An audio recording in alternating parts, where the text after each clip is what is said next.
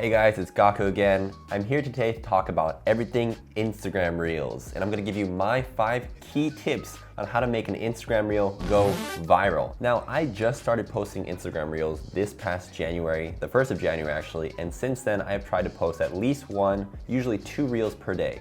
This has grown my Instagram by over 35,000 followers and have amassed over 6.8 million views over the last 5 months. The work and growth that I put on Instagram Reels has actually given me opportunities to work with brands such as Nike and Puma and X-Girl, and I've been able to create a lot of fun content and a lot of cool content. So in today's video, I wanted to go over 5 quick things that I've learned over the past 6 months making Instagram Reels that help make a reel go viral. Real quickly, pun intended, please go ahead and click subscribe if you haven't already, and click the post notifications bell, and also like this video and comment if you want to see future videos of this fashion or anything else that you want to see. I'd make tutorial videos, photography videos, film videos, all sorts of content related videos on my channel, so please go ahead and subscribe. I'd really appreciate it. All right, so tip number 1. What I've learned is that although Reels are up to 30 seconds, the ideal time length of a reel is actually 15 or less than 15 seconds. The reason being is that when you share a reel, only 15 seconds can be shared via Instagram stories. What makes a reel viral is the number of shares and the amount of times it gets on the explore page. By making your reel up to 15 seconds, typically less than 15 seconds, I make mine between 13 and 15 seconds. That allows for a reel to be easily shared, the complete totality of the reel to be shared via stories, and it keeps the attention span of the viewers much better than a 30-second reel. What you want to maximize is the number of times and the amount of time someone spends on your piece of content. By doing so, you increase your, what's the right word? Your appeal to the Instagram framework. It is essential. My best reels or most viewed reels have always been short. Every reel that I post is always 15 seconds or less, and it just keeps the attention span of viewers much better. Nowadays, if you don't keep the attention span of your viewers, they're just gonna swipe to the next one and you lose them. So basically, it's a catch and hook method. You wanna keep your viewers on your story, and the term that I like to call it is binge worthy. You want somebody to continuously keep watching your piece of content. And sometimes 15 seconds seems too short, but that's what you want. You want the viewer to sort of want or miss something, and they want to keep watching it and see if they can pick up something new. So 15 seconds is the ideal time limit. Tip number 2, and this sort of plays along that 15-second time limit.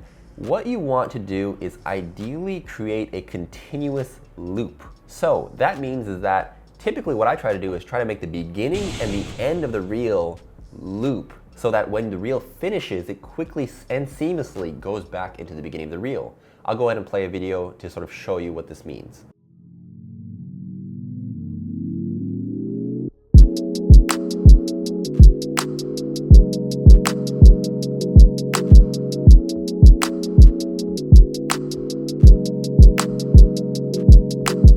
So as you can tell, that reel went from the end to the beginning seamlessly, and as you're watching a reel, it automatically replays. And so as you're watching it, you sort of forget that you've already watched it once, twice, 3 times, and you end up going back to that binge-worthy content phrase. You just keep watching it.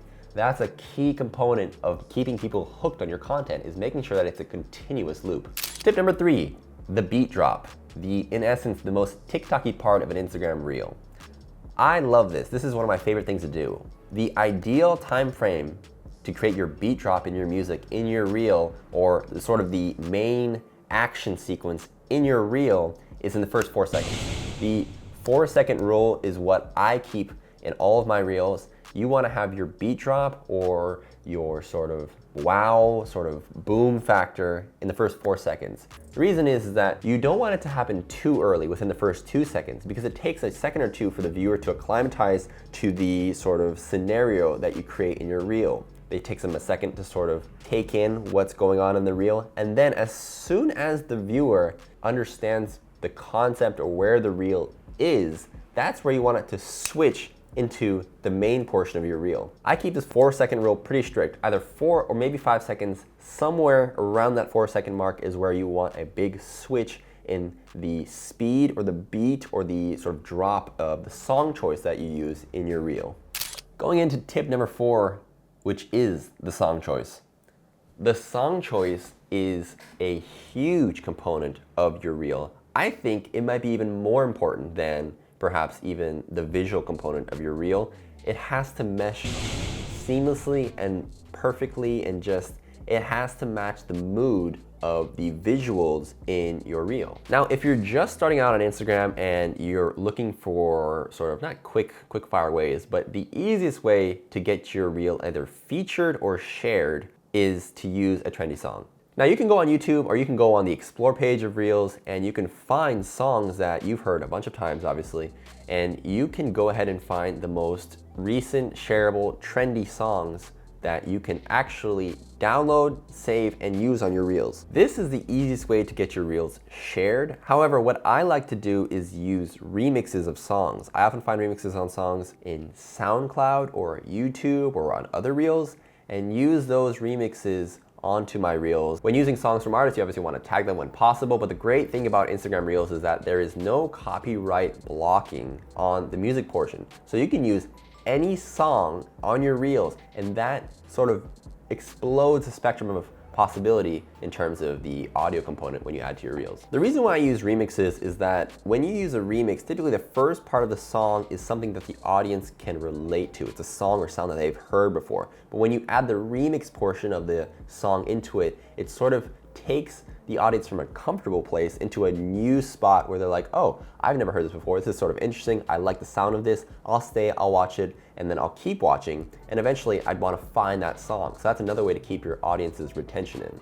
And finally, tip number 5, the wow factor. The wow factor can be a multitude of things. For me personally, it's my 3D style that I've developed and created over time, where it's sort of my trademark now.